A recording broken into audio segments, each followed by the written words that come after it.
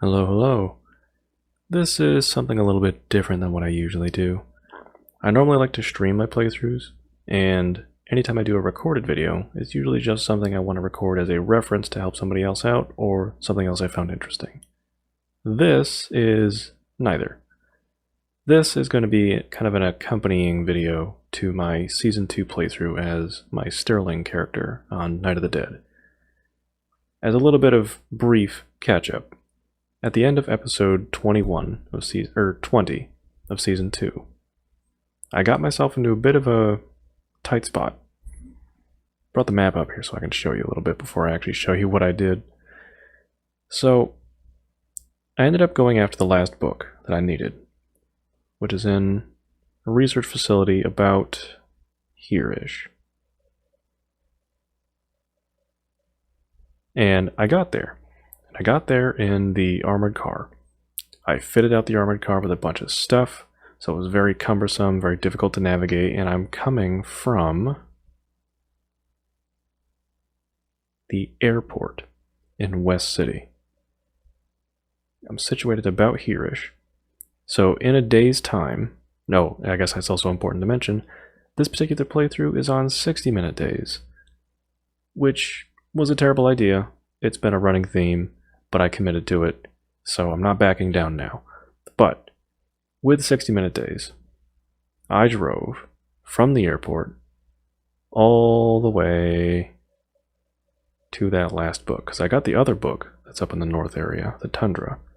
I think the second book is right about here-ish, or the first book, but the last book is all the way up here.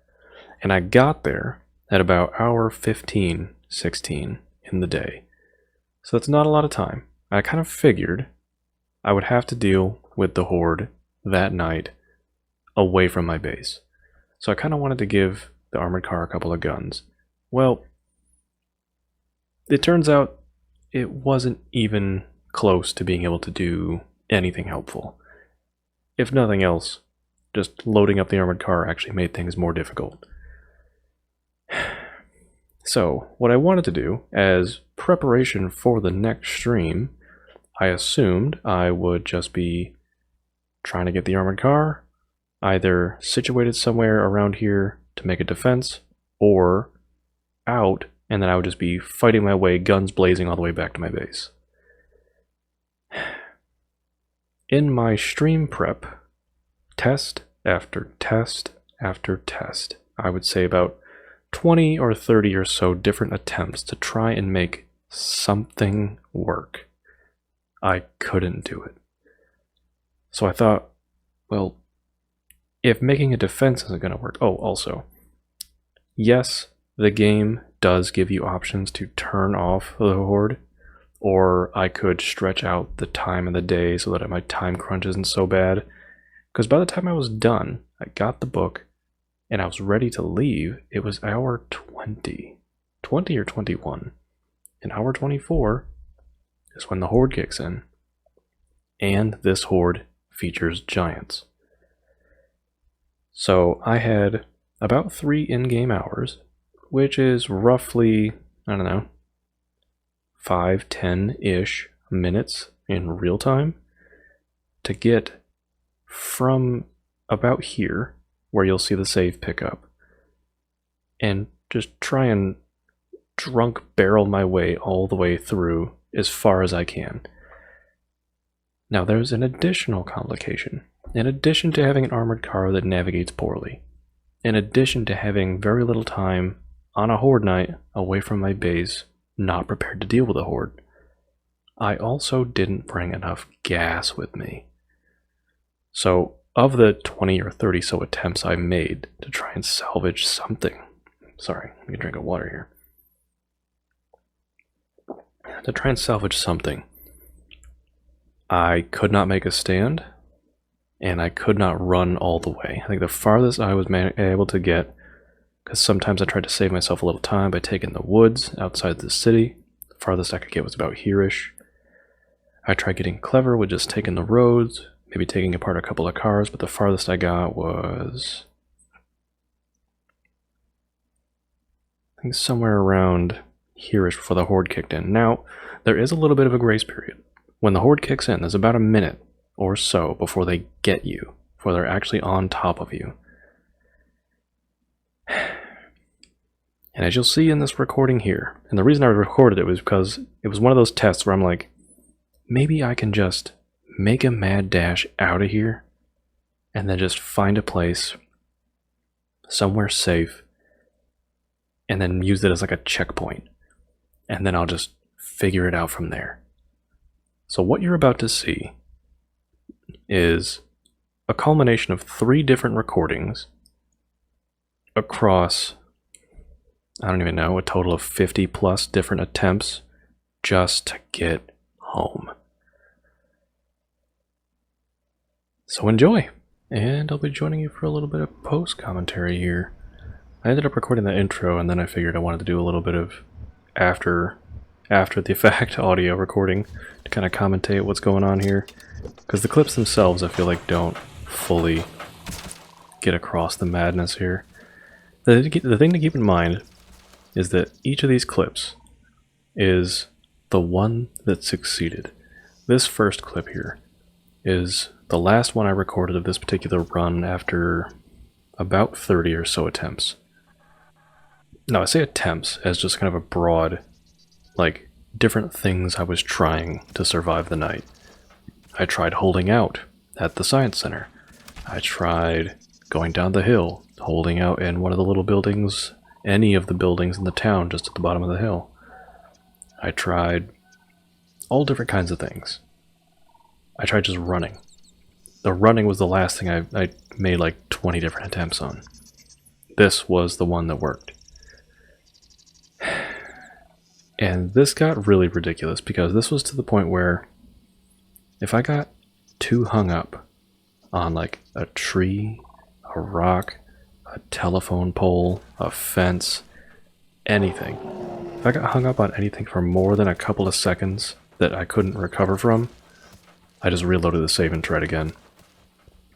Because this thing gets hung up on so many different objects. Not to mention, I can't always run over the zombies. I assume that's something they'll fix. Oh, and I ditched the car at this point because, like I said, I do not have enough gas to get home. So one of the strategies I implemented during one of my many attempts was just occasionally grabbing some gas from a car. It's quick. For the most part, the zombies are distracted either because their AI is still catching up with what's going on, or they want to go after the car instead. So I usually had enough time to at least grab a car nearby real quick if I hopped out. I got hung up on way too many telephone poles, so I didn't want to risk it. I was like, you know what, just kill anything nearby. I have no idea what happened there.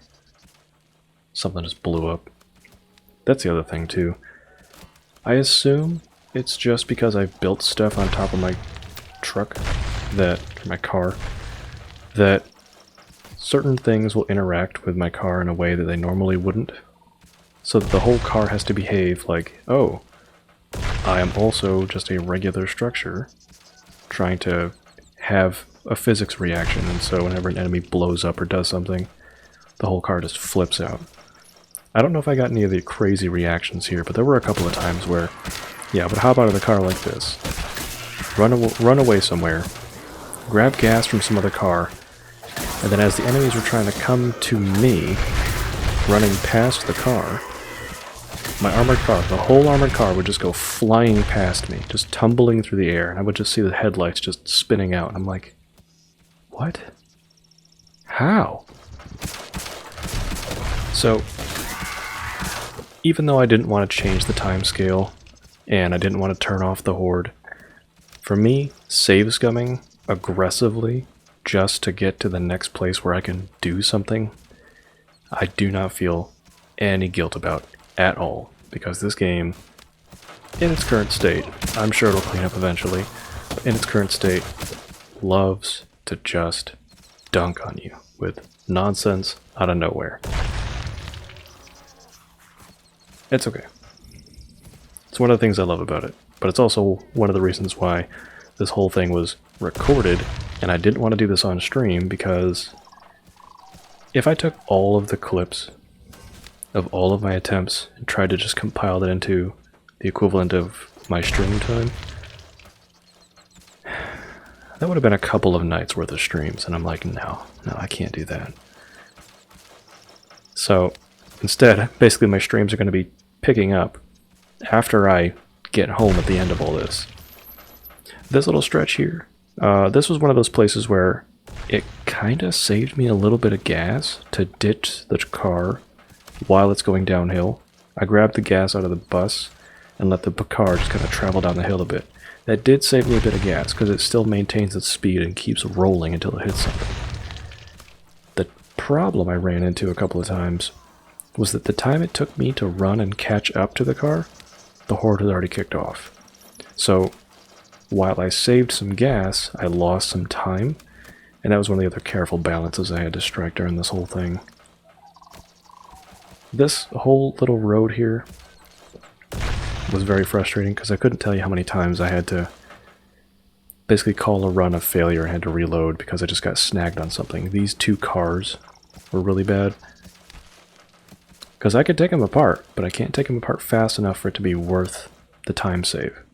This little getting caught on a tree and spin motion normally would have been a cause for a reload for me, but because I'm basically where I want to be, I'm like, you know what, fine, I'll just take it. And Sterling, for whatever reason, did not want to break this tree. He's like, no, there's stuff around it first. But after a couple of attempts of trying to get as far as I could, I identified this little antique shop here as a place that I could try. I could buy myself some time to catch my breath and think of a plan to do something. Even if this is a terrible location, I have more options here than I did up at the research center. Because even if I found a working way to handle the horde up at the research center, I was so far from everything and it would take me so long that I would probably have to deal with a whole new horde just trying to get home. I was like, no, running is still my best option. And so on my way home, this little pit stop was just kind of the safest place I could take a rest break. So this is where I dropped my first save, first little checkpoint. So after like 30 or so attempts, I finally got there. Dropped that save. This is the second one. This little second clip here is very quick, relatively speaking. But this is also the culmination of about 15 or so failed attempts to make a last stand at the antique shop. I tried making a stand around the shop. I tried making a stand in the shop. I tried some of the buildings around me. It came down to two major problems. One, I did not have enough resources on me or in the car, or on the car that I could like take away, like just break down. I did not have enough resources available to me in the moment because the horde is already here. It's hour 0 to build any kind of defense that could work and last. It just wasn't working no matter what I tried. The other issue was enemy AI. The pathing was just busted. I just could never get the entire horde to come and get me, and whenever I did, I was just completely unprepared for it. There was also a lot of different attempts where I was just breaking down all of this extra equipment. Eventually I figured, you know what, it'll be here when I eventually come back. I'll just leave it. I don't need it on me. It's gonna weigh me down. It's not actually gonna weigh me down, it's just like more crap I don't want to deal with. So the solution I settled on was, if I can't make a stand at the antique shop, I think I'm just gonna have to leave the battle wagon. Just gonna have to leave it, and I'm just gonna have to get back home on foot. Believe me, I tried so hard for that not to be the solution. But it was the only one, after so many other additional attempts, that ultimately worked, as you'll see here in a minute. Or a few minutes. Yeah, this guy set my mattress on fire. Which I think in hindsight probably wouldn't be too bad up in the snow biome, but would have been very terrible if I suddenly got myself killed and wanted to respawn, finding out that, oops, my respawn point burned up and I end up back at the science center. So I spend that last little level up point, drop what I ended up calling save test 2, just in case it didn't work again. I can come back to the antique shop and try something new. Yeah, this was... I would say this is a hard pill to swallow, because as much as this run gave me a lot of grief, this, I can't deny, was the smoothest. I left that little clip in there because it was like, after test 2, I think there was at least 3 attempts where I tried to make some sort of stand on the bridge, because there's this cute little bug on the bridges where you can actually walk on the sides, and I've kind of been able to take advantage of that.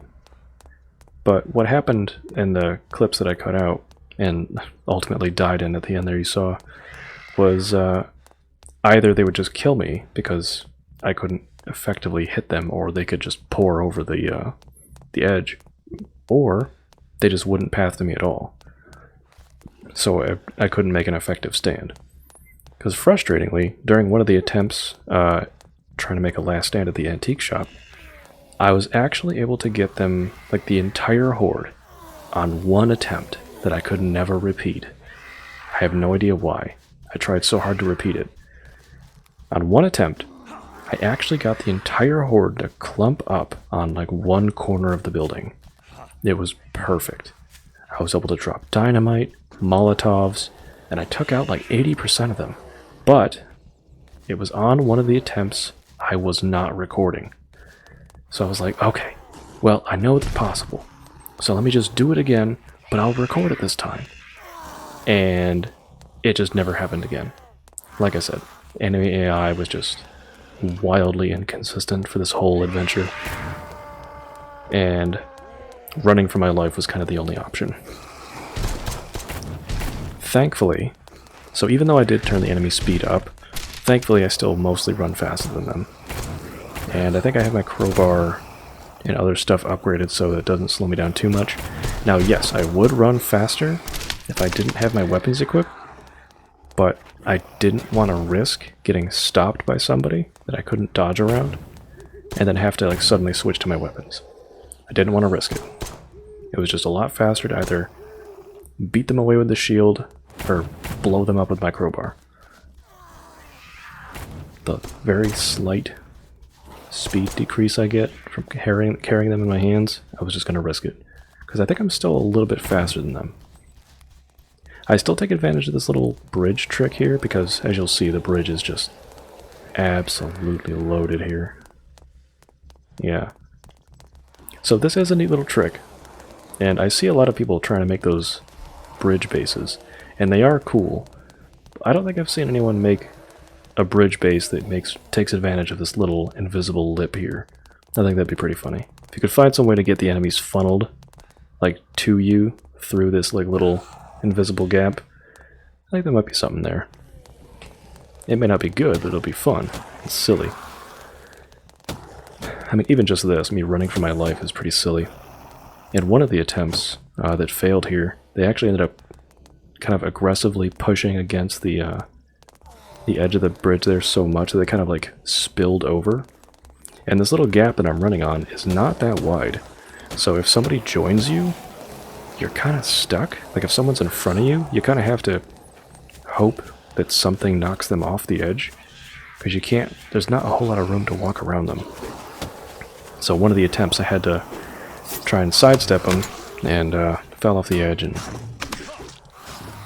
was beaten up as soon as I got out of the water. So I speed up here, about 5 times speed, because the rest of this is just a run, just a straight mad dash. And right up until the very end, when I get close, the horde does not leave my heels. There's a couple of different things you're seeing me do here, trying to like hop up on top of buildings and stuff. After I got out of the cold zone, I was thinking, okay, now I want to get on top of something safe, drop another save, drop another like sleeping bag, just create another checkpoint. But every time I tried to jump on top of something, my frames would drop so hard. Like one thing that's not coming across here because this is sped up is that I had an entire horde following me, and my computer hated it. So my frames were just abysmal.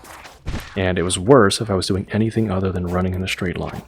So if I tried to jump on top of a building or something, it was just an utter slideshow, and I couldn't see where I was going in time, so I'm like, you know what? No. I'm just going to get myself killed. Just get back on the road and keep running. So, I committed to that, and that saw me through. And I wasn't exactly sure how close I was. All I knew is I had to follow that little red house on my my compass up there. And that was my only guiding light. I'm like, don't worry about how close I actually am, just keep running. Yes, the horde is still behind you. You don't have to look. Just worry about what's in front of you. The other thing I was actually concerned about with all this running forward was I was going to aggro all of the zombies in all of the different areas I was running through, causing more problems for my computer, but for the most part, it looked like it was okay. Oh, and I think I ramped down the slow-mo here because of a glorious sight. After all of this, there it is. Well, a bear as well, but also my base. Finally. After a long, I don't even know, 40 or 50 attempts of various levels of success, all forms of experimentation, I'm finally staring at my base again. And I gotta be honest, I didn't know if I could pull it off. Because like I said, you know, I'm in a debacle of my own making. You know, I could have turned the horde off, I could have stretched the days out, I could have used sandbox mode to do something to get myself out of the situation, but I was like, no. I got myself into this situation under these conditions, and I may have to save scum the utter, you know, balls off of it, but I'm going to get myself out of this situation under these same conditions. And by God, here we are. So I go ahead and I reset my my revival point. There it is. And that is where I will pick off in my next stream. Thank you for watching, and I hope to see you for episode 21 of my Season 2 Night of the Dead playthrough. Next steps, finish up the horde, because I still got them on my tail, jump on the bike, go rescue the battle wagon, and get that back home. I'll see you there. Take care.